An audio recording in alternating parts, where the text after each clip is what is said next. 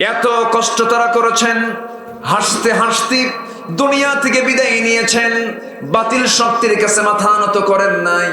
খোবাবের কথা কে না জানেন। ইসলাম গ্রহণ করে মদিনায় চলে গেছেন। মদিনায় যাওয়ার পর মদিনার উপকণ্ঠ থেকে মক্কার কুরাইশরা তাকে ধরে আনলো, মক্কার জেলখানায় আটকে রাখলো।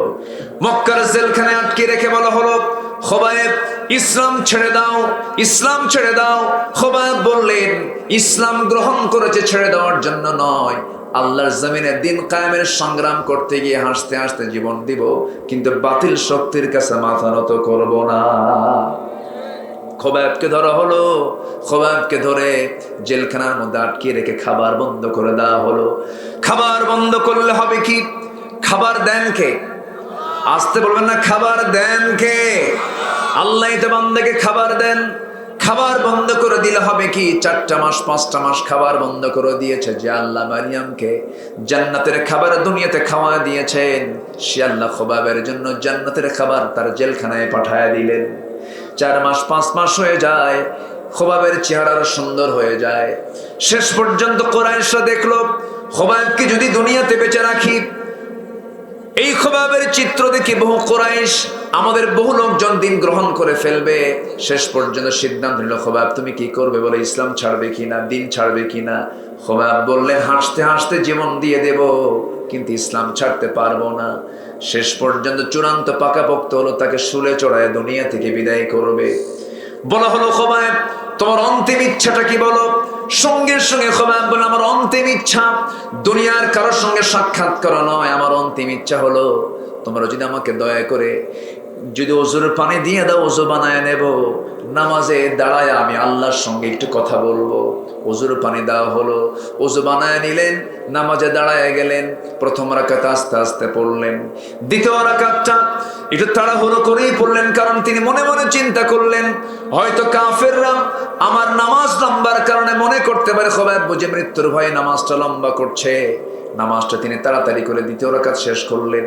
নামাজ শেষ করে হাত দুইটা উঁচু করে আল্লাহর দরবারে লক্ষ্য করে বলছেন, আয় আল্লাহ তাআলা, আরশের মালিক আল্লাহ, আজকে 4টা মাস ধরে আমাকে জেলখানায় আটকে রেখেছে, আমি জানি না কি হবে, তবে তুমি আল্লাহ আমার নাকের মধ্যে জান্নাতের গন্ধ রেখে দিয়েছো, আমি জান্নাতের ঘ্রাণ পাচ্ছি। আমি আজকে 4টা মাস আমার প্রাণের চেয়েও প্রিয় আমার কলিজার টুকরা রাসূলকে দেখতে পাই না। আমি যদি দুনিয়া থেকে বিদায় হয়ে যাই, আমার বিদায়ী সালামটা তুমি আল্লাহ আমার নবীর দরবারে পৌঁছায়া দিও। এই কথা বললেন, পরিবারের মায়া ত্যাগ করলেন, কারোর সঙ্গে সাক্ষাৎ করলেন না, ওযু বানালেন, নামাজ শেষ করলেন। আউযু বিল্লাহি মিনাশ শাইতানির রাজীম।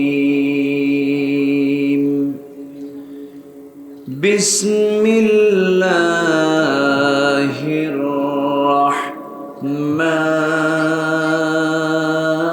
রাহমানির রাহিম।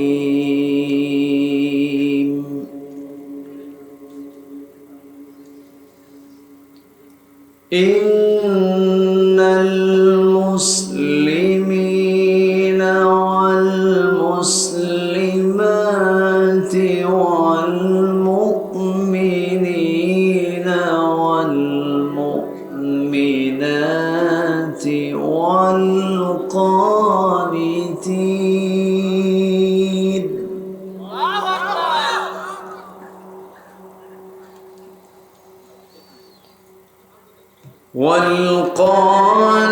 والقانتين والقانتات والصادقين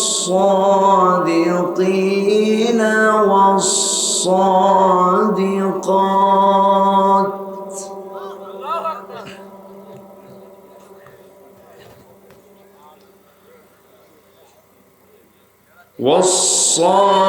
والصابرين والصابرات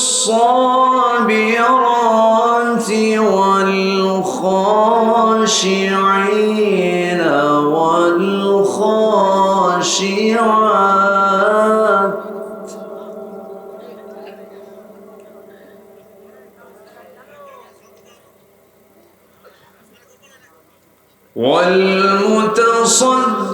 والمتصدقين والمتصدقات والمتصدقات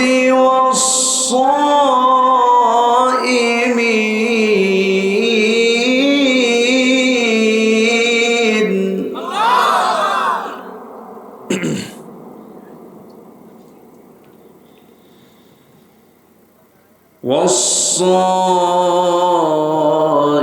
والصائمين والصائمات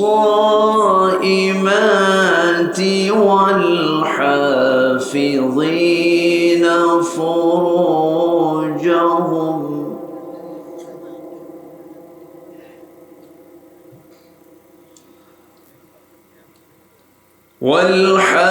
والحافظين فروجهم والحافظات والذاكرين الله كثيرا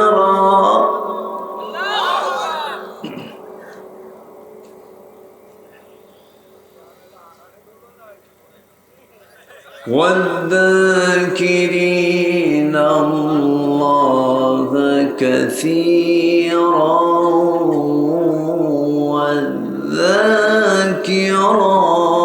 والذاكرات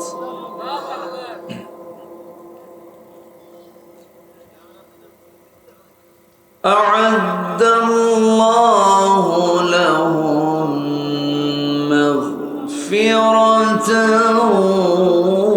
وأجرا عظيما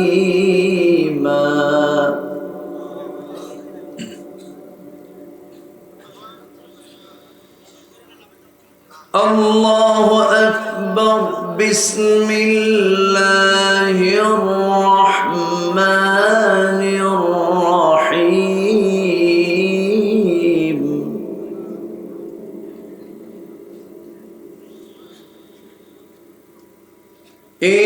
إن الله وملائكته يصلون على النبي يا أيها الذين آمنوا صلوا عليه وسلموا تسليما اللهم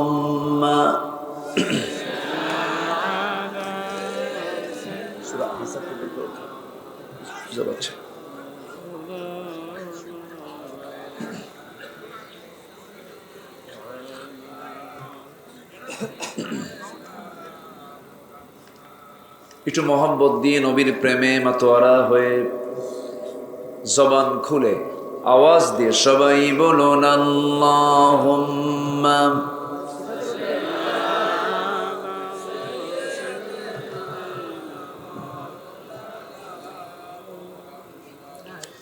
وعلى آل سيدنا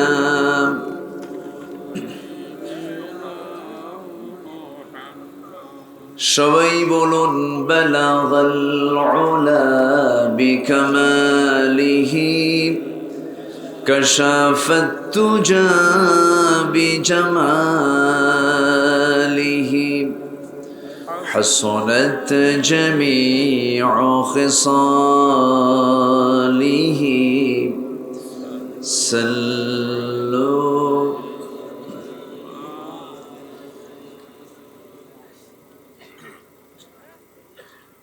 পোস্টার কোথায়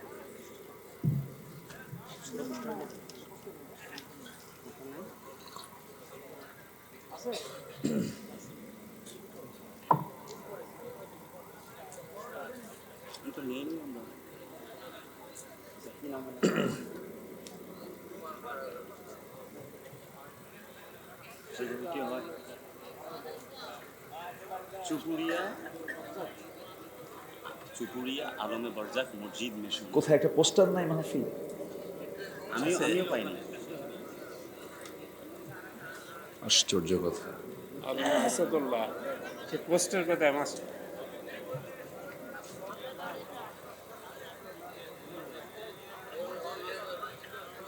নিচে লেখা চুপুরিয়া আলম।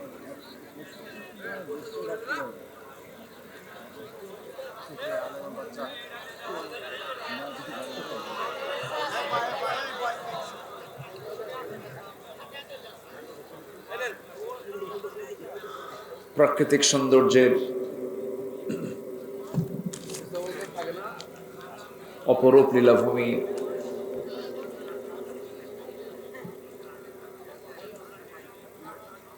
বিশ্বের অপরূপ সৌন্দর্য, সুন্দরবন লাগোয়া অঞ্চল, সাতক্ষীরার সদর উপজেলার চুপুরিয়া আলমে বারজাখ মিশন মসজিদ মাহফিল ইন্তেজামী কমিটি কর্তৃক আয়োজিত প্রথম বার্ষিক তাফসীরুল কোরআন মাহফিল 2024 আজকের এই মহৎ আয়োজনের সম্মানিত সুযোগ্য সভাপতি জনাব আলহাজ মতিউর রহমান, আজকের মাহফিলের সম্মানিত পরিচালক, দক্ষিণ চুপুরিয়া পশ্চিম পাড়া জামে মসজিদের সম্মানিত খতিব মাওলানা আসাদুল্লাহ, আজকের এই মহৎ আয়োজনের সম্মানিত বরেণ্য অতিথি, আমার অত্যন্ত কাছের, আমার স্নেহধন্য, আমার অনুজ নন্দিত আলেমী দ্বীন, বিশিষ্ট ইসলামী চিন্তাবিদ মুহতারাম মাওলানা আব্দুল কুদ্দুস সিদ্দিকী হাফিজাহুল্লাহ,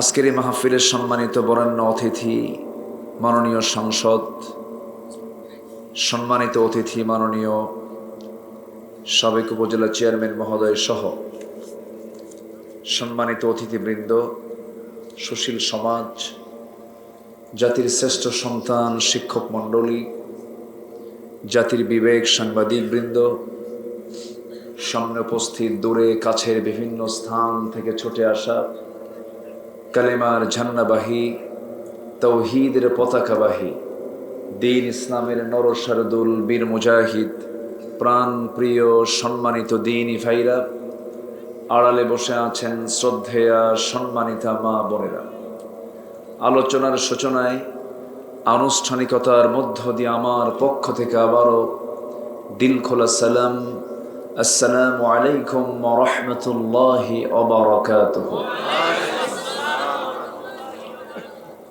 সালামের জবাব খুব ক্লান্ত মনে হচ্ছে আপনাদের। আসসালামু আলাইকুম ওয়া রাহমাতুল্লাহ। এখন কয়টা বাজে বলেন তো? 12:30। তাহলে মাহফিল ছিল 14ই মে, আজকে হয়ে গেছে কত মে এখন, তাই না?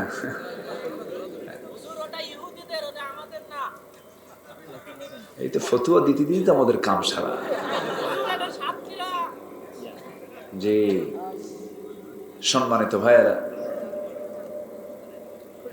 রসুলকে বলা হলো আইয়ুল ইসলামী খাইর, ইসলামের সবচেয়ে শ্রেষ্ঠ কাজগুলো কি কি? আমার রসুল 3টা কাজের কথা বললেন। 1 নম্বর হচ্ছে আসসালাতু আলা ওয়াক্তিহা, সময় মতো নামাজ। সময় মতো নামাজ, অসময় না সময়? ওয়াজও হওয়া উচিত কি বলেন তো? এটা কি সময়? আপনারাই বলেন। এখন চলে যাবার সময়, রাত 12টার পরে মেহমানকে উঠায় দেওয়া মানে কি জানেন? পাগলির সাথে ঘর সংসার করা। এগুলো কি বলবো আর।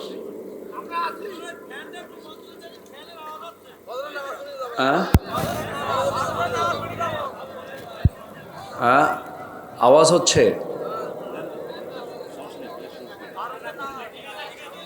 আচ্ছা, সম্মানিত ভাইয়েরা, আমাকে সময় দেবেন তো নাকি? ঘুমাবেন না? এলাকার লোক দিনে ঘুমায়। আল্লাহ তাআলা বলেছেন ওয়াজআলনাল লাইলা লিবাসা, আমি রাতকে করেছি আবরণ করে, আড়াল করে দিয়েছি। আর দিনকে করেছি কাজের জন্য। এজন্য আমার আল্লাহ তাআলা ওর সময়কে খুব দাম দিয়েছেন। একটা সূরার নাম আছে সময় নামে, বলেন তো সেই সূরার নামটা কি? সূরাতুল আসর, সময়। পরীক্ষার হলে যেতে হয় অসময় না সময়? মসজিদে যেতে হয় সময় না অসময়? মাহফিলও চলতে হয় সময় না অসময়? সময়। যাই হোক, এতগুলো না তো, যেহেতু বসেছেন আমিও আসছি, আমি প্রস্তুত আছি। আপনি যদি সময় দিতে চান আমি সময় দেব, কিন্তু আমি যেতে দেব না কিন্তু কাউকে। ও মুরব্বী মানুষ, আচ্ছা, যে দেখা যাক। আমরা বলছি আলহামদুলিল্লাহ, চিৎকার মেরে বলছি আল্লাহুম্মা, জোরে আল্লাহুম্মা ইন্নী আসআলুকা আল হুদা ওয়াত তুকা ওয়াল আফাফা ওয়াল গিনা। সবাই বলি আল্লাহুম্মা লাকা আসলামতু ওয়া বিকা আমানতু ওয়া আলাইকা তাওয়াক্কালতু ওয়া ইলাইকা আনাবতু ওয়া বিকা খাসামতু। সবাই বলি আল্লাহুম্মা আইন্নি আলা যিকরিকা ওয়া শুকরিকা ওয়া হুসনি ইবাদাতিকা। আমরা আল্লাহ তাআলার শুকর আদায় করে নিলাম। আমার আগে আমার অত্যন্ত কাছের, আমার স্নেহের, খুব সুন্দর কথা বলেছেন না? খুশি হয়েছেন তো? বলি আলহামদুলিল্লাহ। হয়তো আমি এত সুন্দর কিছু বলতে পারবো না, তবে কোরআন থেকে যারাই কথা বলবে সেটাই সুন্দর, ঠিক কিনা? বসেন বসেন, বসে যান, এইগুলোর কোনো সৌন্দর্য নাই। হ্যাঁ, তো কোরআন থেকে যারাই বলবে তাদের কথাই সুন্দর, হোক না সে যে কোনো ব্যক্তি। এই জন্য আমি যদি একটু আয়াত মাঝে মাঝে বলি কষ্ট পাবেন না তো? কুড়িগ্রাম একটা মাহফিলে গেছে বহুদিন আগে, আজ থেকে প্রায় 18-19 বছর আগে। তা আয়াত বলি ঘন ঘন, এক মুরব্বী দাঁড়ায় বলে, হুজুর আপনি এত আরবি কন কেন, একটু বাংলা বলেন। আয়াত পছন্দ হয় না। আমার দেশে তো বিচিত্র মানুষ, তো আমি চেষ্টা করব কিছু কথা কোরআন থেকে বলার জন্য। আল্লাহ তাআলা বান্দাকে বলছেন, বান্দা তুমি এমন কিছু কাজ আমার কাছে করে আসো, আমার ওয়াদা, আমি তোমাকে ওয়াদা দিচ্ছি, আমি তোমাকে মাফ করে দেব। জোরে বলি সুবহানাল্লাহ। এবং ওয়া আজরান আযীমা, আমি তোমাকে মহা পুরস্কারে পুরস্কৃত করব। তাহলে ক্ষমা হলে পরে আবার পুরস্কারও কে দিবেন? আল্লাহ তাআলা। আসুন না সে কাজগুলো আমরা একটু শিখে নেই, ঠিক আছে? বিশ্রাম না, আপনি আসতেছেন ইনশাআল্লাহ। আচ্ছা, সম্মানিত ভাইয়েরা, সম্মানিত বন্ধুগণ, আসুন আমরা সোজা আলোচনার দিকে যাব। আমি খুব যে বেশি সময় নেব তা না, তবে মেহরবানি করে কেউ যাওয়া যাবে না। আপনি গেলে আমার কলিজার একটা তার ছিঁড়ে যাবে। আমরা যেটাই হোক, আমরা শেষ ফিনিশিংটা কি দিয়ে যাব বলেন তো? দোয়াটা করে যাব। জোরে বলি ইনশাআল্লাহ। জি, সম্মানিত ভাইয়েরা, আমি এই ইউনিয়নে গতকালকে আমার একটা প্রোগ্রাম ছিল। মাননীয় চেয়ারম্যান মহোদয় তিনি দাওয়াত করেছিলেন। সেখানে আমি গতকালকে আলোচনা রেখেছি সূরাতুল বাকারা থেকে 277 এবং 278 এই দুটো আয়াতকে সামনে রেখে কিছু কথা আমি বলেছি। আজকে আমি সূরাতুল আহজাব থেকে আমি একটা মাত্র আয়াত আমি তেলাওয়াত করেছি। কয়টা আয়াত? একটা আয়াত। এই একটা আয়াত যদি কোনো মানুষ ফলো করে, একটা আয়াতে তাকে জান্নাতে নিয়ে চলে যাবে। জোরে বলি সুবহানাল্লাহ। এই আয়াতকে সামনে রেখে আমি আলোচনা শুরু করতে চাচ্ছি। ওয়ামা তাওফীকি ইল্লা বিল্লাহ আলাইহি তাওয়াক্কালতু ওয়া ইলাইহি উনীব। সেই মহান রবের প্রতি পূর্ণ ভরসা রেখে আসুন আমরা মূল আলোচনার দিকে আস্তে আস্তে চলে যাচ্ছি। আয়াত নম্বর হলো 35। আয়াত নম্বর কত? 35। আমি সোজা আলোচনার দিকে চলে যাচ্ছি। আল্লাহ তাআলা যেন আমাদের এই আলোচনা আমলের নিয়তে শোনার তৌফিক দান করুন। বলেন কিসের নিয়তে বলেন তো? আমলের নিয়তে যেন আমরা শুনতে পারি। সম্মানিত ভাইয়েরা, আমরা যে সময় এখানে একত্রিত হয়েছি, গোটা পৃথিবীর কোথাও, গোটা পৃথিবীতে আজকে প্রায় 200 রাষ্ট্র, 200-রও বেশি রাষ্ট্র আছে গোটা দুনিয়া জুড়ে, এবং পৃথিবীর জনসংখ্যা এখন 750 থেকে 800 কোটি, 750 থেকে 800 কোটি। এর মধ্যে প্রতি 4 জনে এখন একজন মুসলমান, প্রতি 4 জনে একজন মুসলমান। 200 কোটি মানুষের, 200 কোটি মুসলমানের দুনিয়া এখন, 56টি মুসলিম রাষ্ট্র।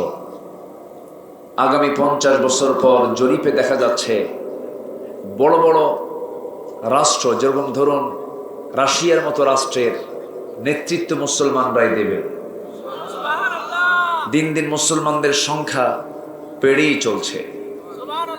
সম্মানিত ভাইয়েরা, এবং বিশ্বের যদি 10টা ধনী তালিকার মধ্যে দেখা হয়, এর মধ্যে শীর্ষ ধনীর তালিকায় 1 নম্বর সহ প্রথম 3-4টা ধনী রাষ্ট্র মুসলিম রাষ্ট্রই, কাতার সহ। এত কিছু থাকার পরেও আজকে গোটা পৃথিবীতে মুসলমান কি আরামে আছে? বলেন তো, আরামে আছে?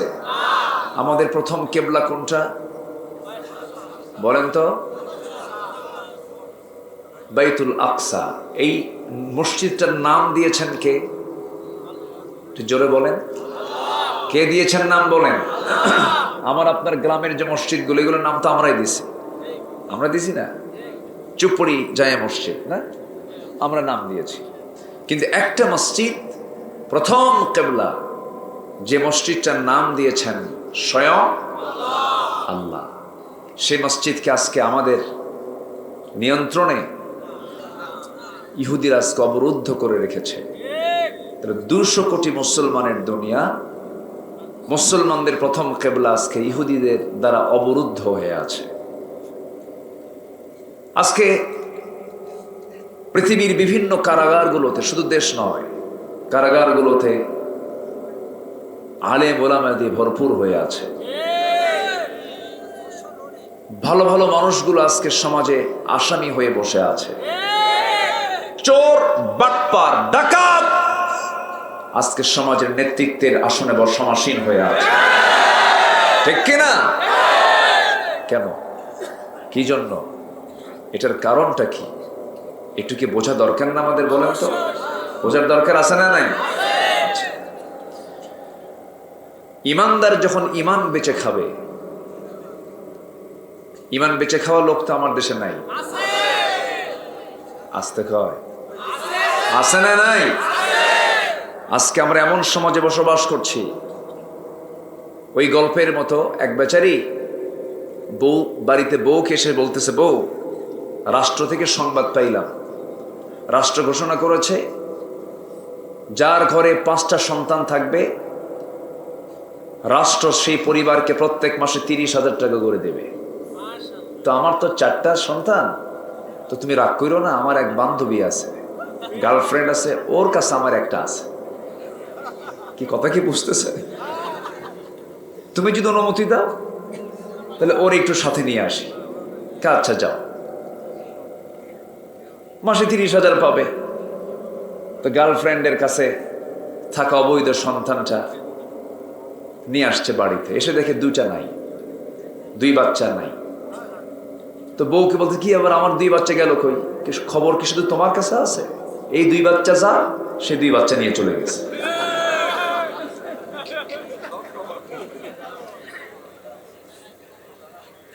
কথা বোঝা যায়? কথা কি বোঝা যায়?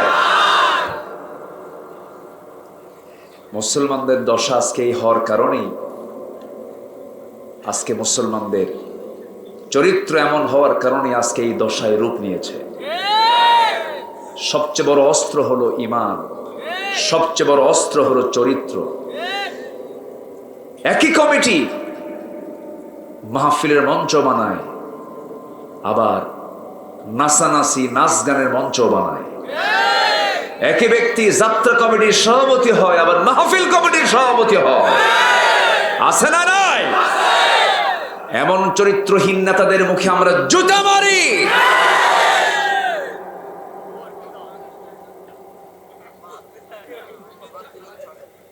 কষ্ট পাচ্ছেন নাকি?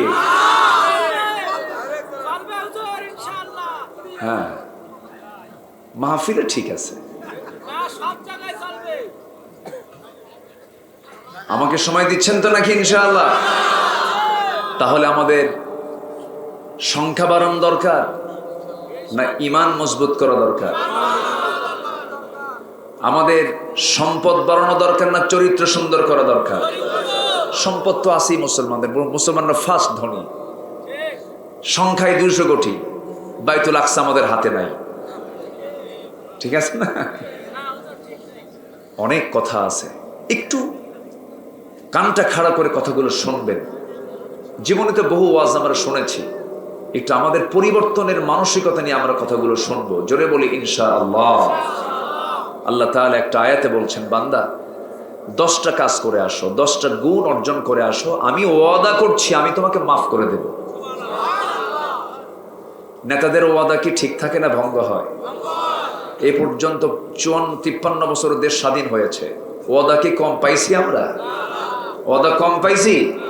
বহু ওয়াদা পাইছি, কিন্তু ওয়াদা ঠিক থাকে নাই। কিন্তু আমার আল্লাহ বলছেন, বান্দারে আমি তোমাকে ওয়াদা দিচ্ছি, আমি তোমাকে নিজে তোমাকে প্রতিজ্ঞা করছি, আমি তোমার সমস্ত গুনাহগুলো মাফ করে দেব, সাথে সাথে তোমাকে বিশাল সম্মানে ভূষিত করে দেব, বিশাল সম্মান আমি তোমাকে দিয়ে দেব, পুরস্কার দিয়ে দেব। আল্লাহ তাআলা বান্দাকে সর্বনিম্ন যে জান্নাতটা দিবেন, 10টা পৃথিবীর মতো একটা জান্নাত। কয়টা পৃথিবী? 10টা। মনে হয় জান্নাত ছোট হয়ে গেছে। সামান্য এই 60-70 বছরের সামান্য কিছু সম্পত্তির জন্য আমরা এই ঈমানকে বেচে ফেলে দেই। আর আল্লাহ বলছেন, বান্দা তুমি কল্পনাও করতে পারবে না, 10টা পৃথিবীর মতো একটা জান্নাত সর্বনিম্ন আমি তোমার হাতে তুলে দেব। এটা কার ওয়াদা? আল্লাহর ওয়াদা। একটু কান লাগাবেন, 10টা পৃথিবী ছোটখাটো কোনো কথা নাই, ছোটখাটো কোনো অফার নয়। এখানে যারা বসে আছেন, ছোট্টবেলায় এরকম করে আমি আব্বার সঙ্গে মাঝে মাঝে ওয়াজ শুনতে যেতাম, সামনে জায়গায় বসতাম, আব্বার সঙ্গে একসঙ্গে ওয়াজ শুনতাম। যখন শুনতে পেতাম, যখন হুজুররা ওয়াজ করতেন, বলতেন সর্বনিম্ন জান্নাত হবে 10টা পৃথিবীর মতো একটা জান্নাত, আমার ব্রেন খেলতো না, হুজুর কি কয়টা? একজন ব্যক্তিকে যদি 10টা পৃথিবীর মতো একটা জান্নাত দিয়ে দেয়, এই যে কোটি কোটি বান্দা, এত জায়গা আল্লাহর কোথায়? কি কথা বলছেন? আমার ছোট মাথা ছিল, এরকম চিন্তা করতাম যে এত এত জায়গা কই? আব্বাকে প্রশ্ন করতাম, আব্বা না হুজুরের ওয়াজ পছন্দ হলো না, ছোট মানুষ। কিন্তু আমার বন্ধুগণ, আমরা এই ছোট্ট চক্ষু দিয়ে আমরা এই বিশাল আকাশ দেখতে পাই। এই বিশাল আকাশটা আল্লাহ রাব্বুল আলামিন বানিয়ে দিয়েছেন, এই জমিনটা বানিয়ে দিয়েছেন, 7 সাগর বানিয়ে দিয়েছেন, পাহাড় পর্বতমালা বানিয়ে দিয়েছেন, জলরাশি বানিয়ে দিয়েছেন, সুন্দরবন সহ আমাজন সহ কত জঙ্গল বানিয়ে দিয়েছেন। আল্লাহ বলছেন, বান্দার এই পৃথিবীর মূল্য আমার কাছে একটা মাছির পাখার চেয়েও, তাই একটা মাছির পাখার যে মূল্য আছে তার চাইতে মূল্যহীন আমার কাছে এই দুনিয়া। অথচ আমার আপনার কাছে এই দুনিয়া কত মূল্যবান। শুধুমাত্র আমি একটা তথ্য দিই, মূল আলোচনার দিকে যাব, একটু তথ্যের জগতে যাই, ব্রেনকে একটু খাটাই, আমার আল্লাহ কত মহান। এই যে আমরা এখানে বসে আছি, ঠিক এই জায়গা থেকে যখন আমরা একটু মাথার উপরের দিকে তাকাবো, আমরা কি আকাশ দেখতে পাই? ছোট আকাশ? আজ থেকে ছোট আকাশ? শুধু শুধু আকাশ না, বিশাল আকাশ, বিশাল আকাশ। এই কই যান? ও যাচ্ছেন? বসে যে আপনার পাশে থেকে উঠতে নেবে একটু ধরে দিবেন, একটু বলবেন ভাই বসে, ও চাপ চুপ লাগলে তো সমস্যা না, এই গরমে চাপ আসার কথা না, গরম তো, একটু বসে, এটা আমার দিকে তাকান। এই আকাশ কি ছোট না বড়? শুধু বড় না, অনেক বড়, অনেক বড়। কেউ কি যেতে পেরেছে আকাশে? কে বলছে না? কেউ কি আকাশে যেতে পেরেছে? একজন, একজন এই দুনিয়াতে থেকে একজন গিয়েছেন। তিনি কে বলেন? মুহাম্মদুর রাসূলুল্লাহ, মুহাম্মদুর রাসূলুল্লাহ। সেটা কি দুনিয়ার কোনো বিমান, দুনিয়ার কোনো হেলিকপ্টার, দুনিয়ার কোনো নভোযান? কার ফ্লাইট? আসতে বলবেন না, কার ফ্লাইট? আল্লাহর ফ্লাইট। আমার বন্ধুগণ, এই যে বিশাল আকাশ আমরা দেখতে পাচ্ছি, বিশাল আকাশের নিচে আমরা দিনের বেলা একটা সূর্য দেখতে পাই, রাতের বেলা আমরা কিছু তারকা দেখতে পাই। কিছু তারকা না, অসংখ্য তারকা, অসংখ্য তারকা। 800 কোটি মানুষ মিলে যদি কোটি কোটি বছরও যদি গুনতে যায়, আকাশের তারাগুলো গুনে গুনে শেষ করতে পারবে না। এত তারা আল্লাহ রাব্বুল আলামিন আকাশে রেখে দিয়েছেন। একটা সূর্যকে দিয়ে গোটা পৃথিবী আলোকিত করেছেন। ছোট্ট পৃথিবী সূর্যের তুলনায় এই সূর্যের চাইতে, এই পৃথিবীর চাইতে সূর্যটা 13 লক্ষ গুণ বড়। এই 13 লক্ষ গুণ বড় সূর্যটাই পৃথিবীকে আলো আলো দিয়ে যাচ্ছে কোটি কোটি বছর ধরে। সূর্য কিন্তু ডুবে যায় না। এখন আমরা এই জায়গায় রাত অবলোকন করছি, ঠিক আপনি আমেরিকার একজন বন্ধুকে ওয়াশিংটন ডিসিতে বসবাস করে, সে জায়গায় একজন বন্ধুকে ফোন দিবেন, সে বলবে এখন দিনের বেলা 1টা বাজে ওই জায়গায়। ঠিক 24 ঘন্টা ডিফারেন্স। আমেরিকা এখন দিনের বেলা, এখন এই জায়গায় এখন রাতের বেলা। এখন বলুন তো, সূর্য ডুবে না সূর্য ডুবে? কি সূর্য ডুবে? সূর্যটা আড়াল হয় আমার কাছে, কিন্তু আরেক জায়গায় আলো হয়ে যায়। বাংলাদেশে এখন আড়াল, আমেরিকাতে এখন আলো, এই জায়গায় অন্ধকার। সূর্য মূলত ডুবে যায় না। এই সূর্যটা এত বড়, এই পৃথিবীকে আলোকিত করার জন্য 13 লক্ষ গুণ বড় সূর্য বানিয়ে দিয়েছেন। ওই সূর্যের চাইতে আবার ব্যাটেল জুইস নামে একটা তারকা আছে, যে তারকা এই সূর্যের চাইতে 1 গুণ নয়, 2 গুণ নয়, 33 কোটি গুণ বড়। কত কোটি গুণ বলেন তো? 33 কোটি গুণ বড় হলো একটা তারকা। একটু একটু খেয়াল করবেন আল্লাহ কত মহান। আমার বন্ধুগণ, 1টা 2টা তারকা নয়, মানুষ চাঁদের দেশে গেছে, চাঁদের দেশে গিয়ে সফর করে এসেছে 70 দশকে নীল আর্মস্ট্রংরা। এরপরে মানুষ মঙ্গল গ্রহেও গিয়েছে, কিন্তু মানুষ তো এখনো সূর্যের কাছে তো যাওয়া সম্ভব নয়। মানুষ এখনো তারকার দেশে যেতে পারে নাই। যদি মানুষ যদি চিন্তা করে তারকার দেশ দেখতে যাব, দুনিয়ার কোনো যানবাহন দিয়ে সম্ভব হবে না, কপ্টার বিমান দিয়ে সম্ভব হবে না, নভোযান দিয়ে চেষ্টা করা যেতে পারে। পৃথিবীতে এখন লেটেস্ট আবিষ্কার হয়েছে একটা নভোযান, যার নাম হলো অ্যাপোলো 11, যার ঘন্টার গতি হলো 39,000 কিলোমিটার। 1 ঘন্টায় চলে কত হাজার কিলোমিটার বলেন তো? 39,000 কিলোমিটার।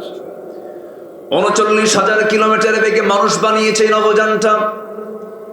এই নভোযানে চড়ে যদি পৃথিবীর সবচেয়ে নিকটবর্তী তারকার দেশ, একটা তারকা আছে, সেই তারকার নাম হলো প্রক্সিমা সেন্ট্রাই। প্রক্সিমা সেন্ট্রাই নামক পৃথিবীর সবচেয়ে নিকটবর্তী তারকার দেশে যদি যেতে চায়, ঘন্টায় 39,000 কিলোমিটার বেগে, এই তারকার দেশে ওই বান্দার যেতে সময় লেগে যাবে 1,15,000 বছর মাত্র।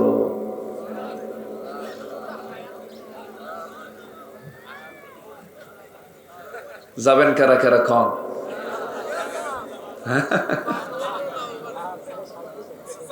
তার কি জায়গা আছে? জান্নাতের জায়গা আছে? আসতে কয় আছে, জান্নাতের জায়গা আছে। একটু চিন্তা করলে চোখে পানি চলে আসে।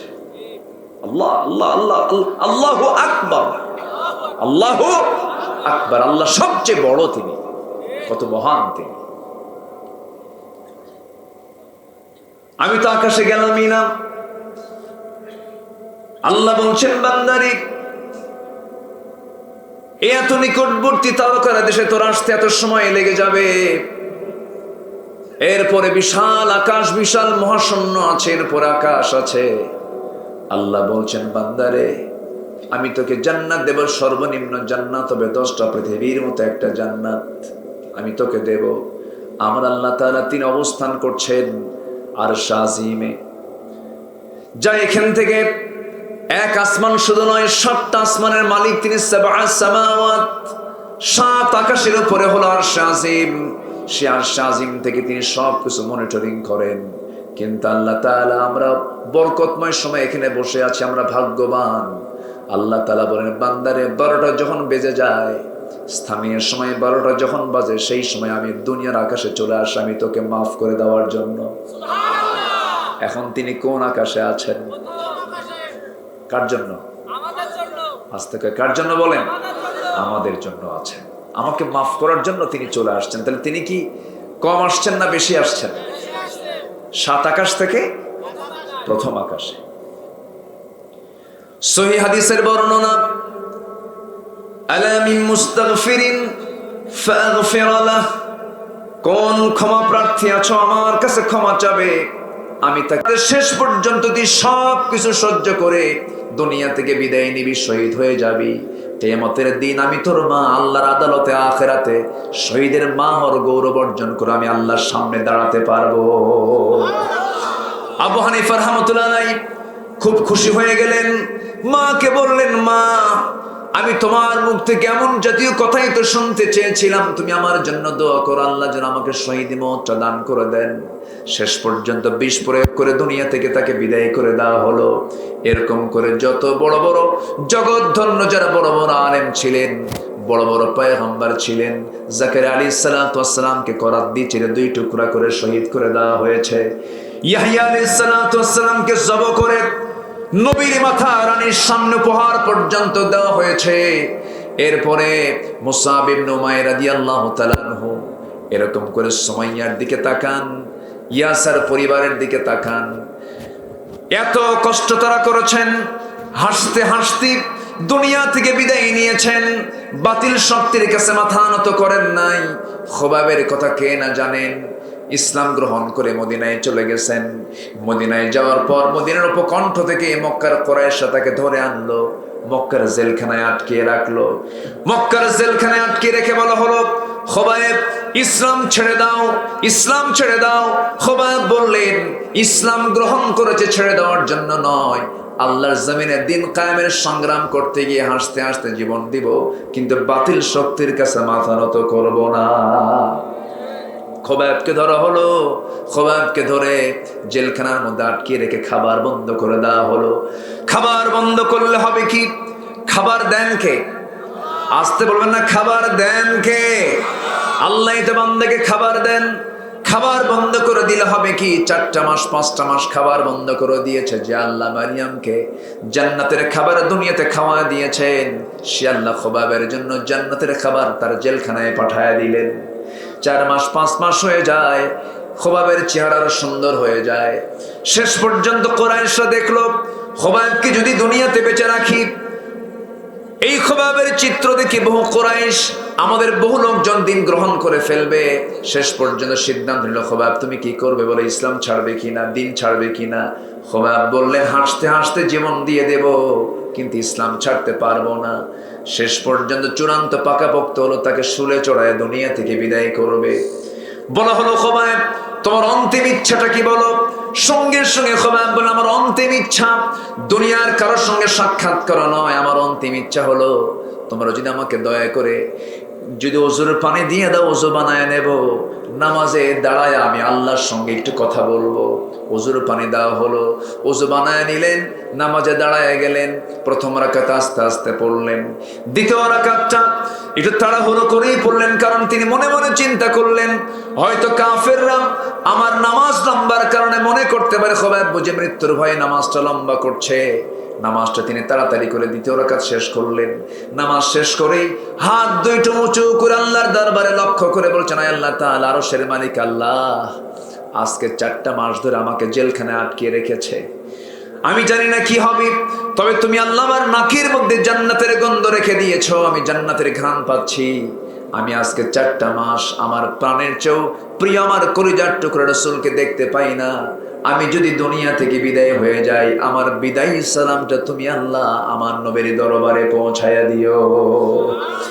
এই কথা বললেন, পরিবারের মায়া ত্যাগ করলেন, কারোর সঙ্গে সাক্ষাৎ করলেন না, ওযু বানালেন, নামাজ শেষ করলেন, চক্ষু খুলেই দৌড় মারলেন তিনি সেই ফাঁসি কাস্টের দিকে, শুলে চরণার সেই মাঠের দিকে তিনি দৌড় মারলেন।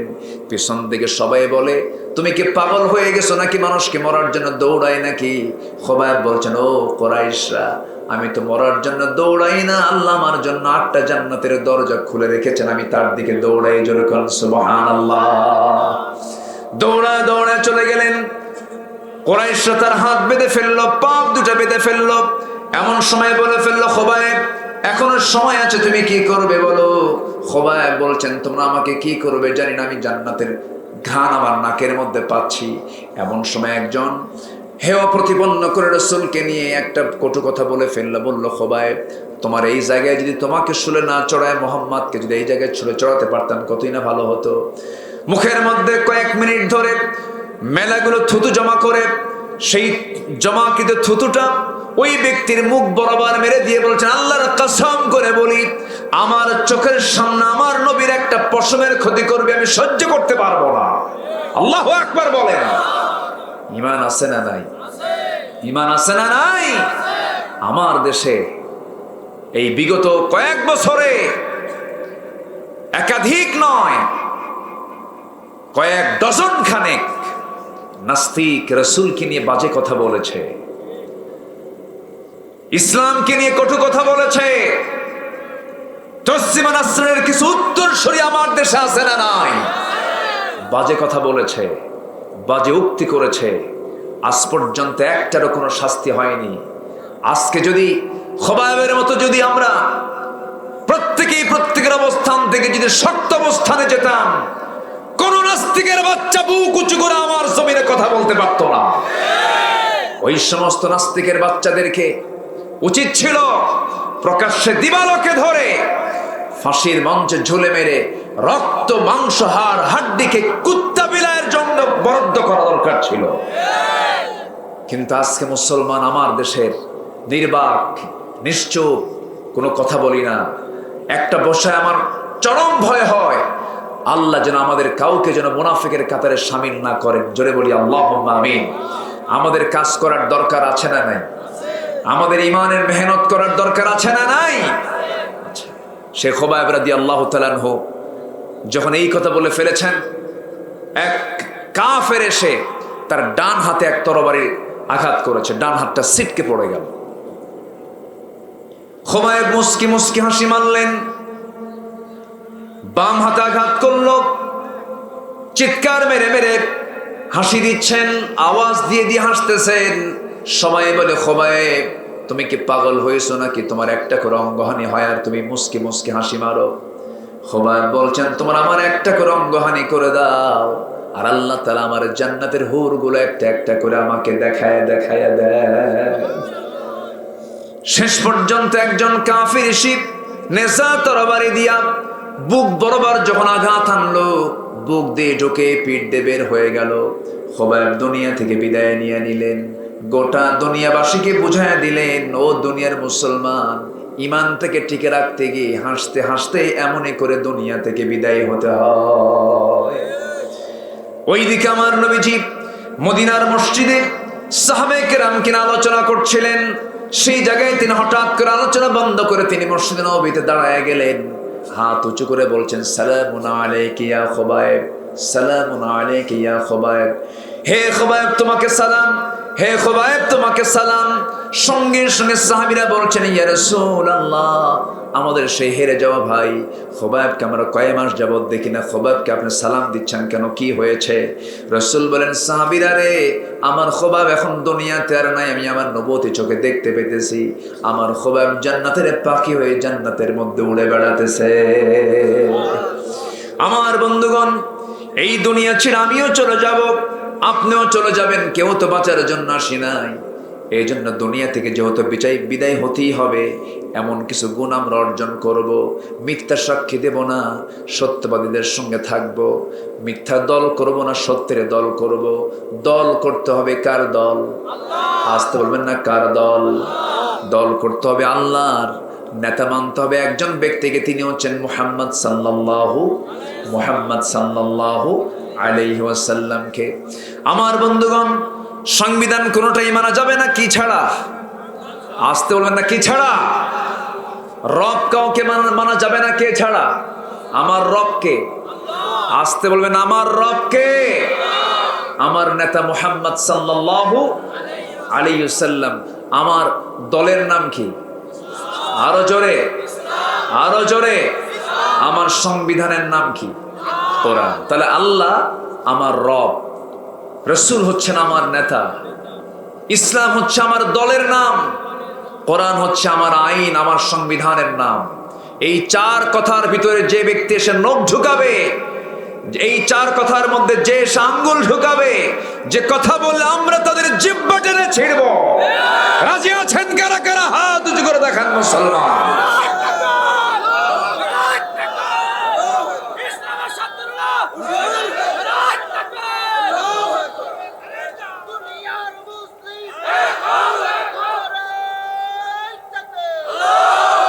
আল্লাহ কবুল করুন, জোরে বলি আমিন, আরো জোরে আমিন।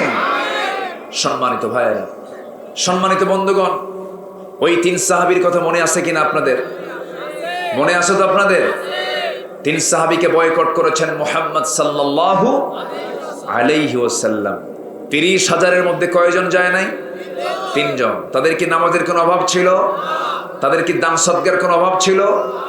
এরপর রাসূল তাদেরকে বয়কট করেছেন শুধুমাত্র জিহাদে অংশগ্রহণ না করার কারণে, একামতে দ্বীনকে একটু অবহেলা করার কারণে, একটু গড়িমসি করার কারণে।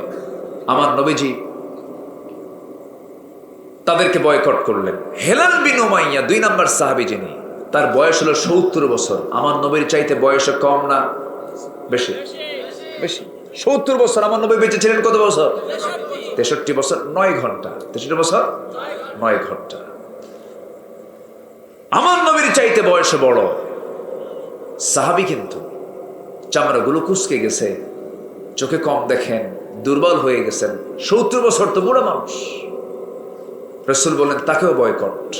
ওনার কানে যখন সংবাদটা গেছে, আহারে, হেলাল বিন উমাইয়া শুধুমাত্র শুনেছেন রাসূল থেকে বয়কট করেছেন, ঘরের মধ্যে তিনি খুঁজতে লাগলেন কোথায় রশি আছে। রশি হাতের মধ্যে নিলেন, রশিটা হাতের মধ্যে নিয়ে সোজা মসজিদে নববীতে চলে আসেন, মসজিদের সামনে দাঁড়ালেন, একটা খুঁটিতে দড়িটা বাঁধলেন। সেই দড়িটা বেঁধে স্বেচ্ছায় তার নিজের হাতে ওই দড়িটা লাগায় দেন, বেঁধে ফেললেন। বেঁধে ফেলে বলছেন, হেলাল রে, তোর চাইতে বড় কপাল এই দুনিয়া তার কে আছে? যে লোকটার বিরুদ্ধে আল্লাহ রাসূল পর্যন্ত বয়কটের ডাক দিয়েছে, এই জীবন রাখবো না। ও হেলাল, তোর চাইতে অধম মানুষ এই দুনিয়া তার কেউ নাই। মসজিদে আজান দিয়ে দেয়, বেলাল আজান দেন, সাহাবীরা মসজিদের সামনে দিয়ে আসে, মসজিদে ঢোকে। হেলাল বিন উমাইয়া বারবার সালাম দেন, কিন্তু কোন সাহাবী সালামের জবাব দেন না। চোখের পানিতে পানিতে হেলাল বিন উমাইয়া অস্থির হয়ে গেলেন। তাফসীর এসেছে, দীর্ঘদিন দুটো হাত বেঁধে রাখার কারণে হাতে পর্যন্ত ঘা হয়ে গিয়েছিল। হেলাল বিন উমাইয়ার চোখের পানি সব কার কাছে কাঁদতেছেন? আল্লাহর কাছে কাঁদতেছেন। কাব বিন মালিক সেজদায় পড়ে পড়ে কাঁদেন। ওইদিকে মুররা বিন রাবিআ পাহাড়ি গর্তের মধ্যে গিয়ে ডুকরে ডুকরে কাঁদতেছেন আর বলছেন, আল্লাহ তুমি তো তওবা করে আমারে মাফ করে দাও। এই 3 জন সাহাবী চোখের পানি ফেলে ফেলে কাঁদতেছেন। কিয়ামত পর্যন্ত এমন সাহাবীদের মর্যাদা সম্পন্ন মানুষ আর পৃথিবীতে আর কোনোদিন আসবে না। এত দামি দামি ব্যক্তি সাহাবীরা, এত সম্মান, এত মর্যাদা তাদের। আমার বন্ধুগণ, এই 3 জন সাহাবীর কান্না পৃথিবীর কোনো মানুষ শুনতে পায় নাই, কিন্তু আল্লাহই শুনতে পেয়েছেন। 40টা দিন যখন পার হয়ে গেল, হঠাৎ করে আমার নবীর কাছে জিবরিল আমিন এসে বলছেন, ও আলা সালাসাতিল্লাযিনা খুল্লিফু, হে রাসূল, তিনজন যে ব্যক্তি যারা যুদ্ধের ময়দান থেকে দূরে থেকে ছিল, অবহেলা করেছিল, গড়িমসি করেছিল, তাদের চোখের পানি আল্লাহর আদালতে কবুল হয়ে গেছে। এই তিনজনের তওবা আমার আল্লাহ কবুল করে নিয়েছে। আমার নবীজি সাইয়েদনা ওমর ফারুককে বললেন, ওমর ফারুক, আমার কলিজার টুকরা সাহাবী কাব বিন মালিককে ডেকে আনো। এই লম্বা হাদিস, যারা আলেম ওলামা এখানে বসে আছেন, এটা একটা লম্বা হাদিস। কাব বিন মালিক নিজে হাদিসটা বর্ণনা করেছেন, সিয়াসিত্তার হাদিস এটা। কাব বিন মালিক এই কথা শোনার সঙ্গে সঙ্গেই, এই পয়গাম শোনার সঙ্গে সঙ্গেই রাসূলের সামনে চলে আসবেন, নেওয়ার জন্য আসছেন। ওমর ফারুক রাদিয়াল্লাহু তাআলা আনহু দরজায় গিয়ে নক করছেন, কাব বিন মালিক তুমি কোথায়? ভিতর থেকে বউ আওয়াজ দিচ্ছে, যে লোকের খবর রাসূল রাখে না, সেই লোকের খবর আমরা তার বউ রাখি না। শেষ পর্যন্ত কাব বিন মালিককে সাইয়েদনা ওমর ফারুক ধরে নিয়ে এসে নবীর সামনে যখন হাজির করলেন, আমার নবীর আনন্দটা দেখে কে রাসূল বুকের সঙ্গে আলিঙ্গন করে জড়িয়ে ধরে বলছেন, কাব রে, আমি তোরে মাফ করে নাই, কিন্তু আল্লাহ তোরে মাফ করেছেন, তোর তওবা কবুল করে নিয়েছেন। এখান থেকে একটা বিষয় বের করার জন্য আমি আলোচনাটার এই বিষয়টা, আমি ইতিহাসটা আমি টেনেছি। মূল বিষয়টা হলো, যেভাবেই হোক না কেন নামাজ তো আমরা পড়বো, নামাজে মোনাফেক চেনা যায় না, রোজায় মোনাফেক চেনা যায় না, হজে মোনাফেক চেনা যায় না, দান সদগায় মোনাফেক চেনা যায় না, রোজায় মোনাফেক চেনা যায় না।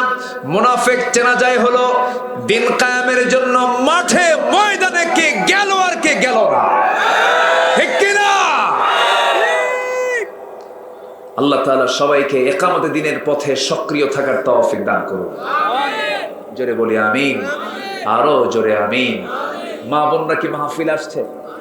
আল্লাহ তুমি মা বোনদেরকে কবুল করে নাও, মা বোনদেরকে দিন মেনে চলার তৌফিক দিয়ে দাও। বিশেষ করে মেয়েদের সবচেয়ে আজকে ইহুদি খ্রিস্টানদের চক্রান্তে তারা সবচাইতে শিকার, সেটা হলো মেয়েদের শরীর থেকে কাপড় চোপড় সরায় দিছে ইহুদি খ্রিস্টানের বাচ্চা, ঠিক কিনা? আমার মা বোনকে আমরা অবশ্যই পর্দার মধ্যে রাখার চেষ্টা করব। জোরে বলি ইনশাআল্লাহ। পর্দা করাটা কি বলেন তো? আরো জোরে বলেন, পর্দা করাটা কি? ফরজ। আল্লাহ তাআলা এই ফরজ বিধান প্রতিটি মার জীবনে আমল করার তৌফিক দান করুন। অনেক রাত হয়েছে, যতটুকুন হয়েছে আমরা একটু বলে ফেলি আলহামদুলিল্লাহ।